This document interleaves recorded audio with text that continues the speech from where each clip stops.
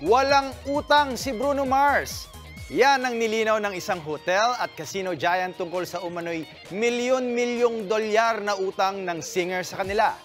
Diretsahang sinabi ng MGM Resorts na completely false o hindi totoong may utang sa kanila si Bruno Mars dahil sa sugal. Lumabas kasi ang ilang ulat na mayroong 50 million US dollars o mahigit 2 bilyong pisong utang si Bruno Mars sa MGM. Proud daw ang kumpanya sa relationship nila ng singer dahil nagpe-perform mula pa noong 2016 si Bruno Mars sa Park MGM para sa kanyang Las Vegas residency. May partnership pa sila para sa isang cocktail bar at entertainment lounge sa loob ng Bellagio Hotel and Casino. Mga kapatid, ito po ang inyong K-Alaman Queen, Kalad Karen.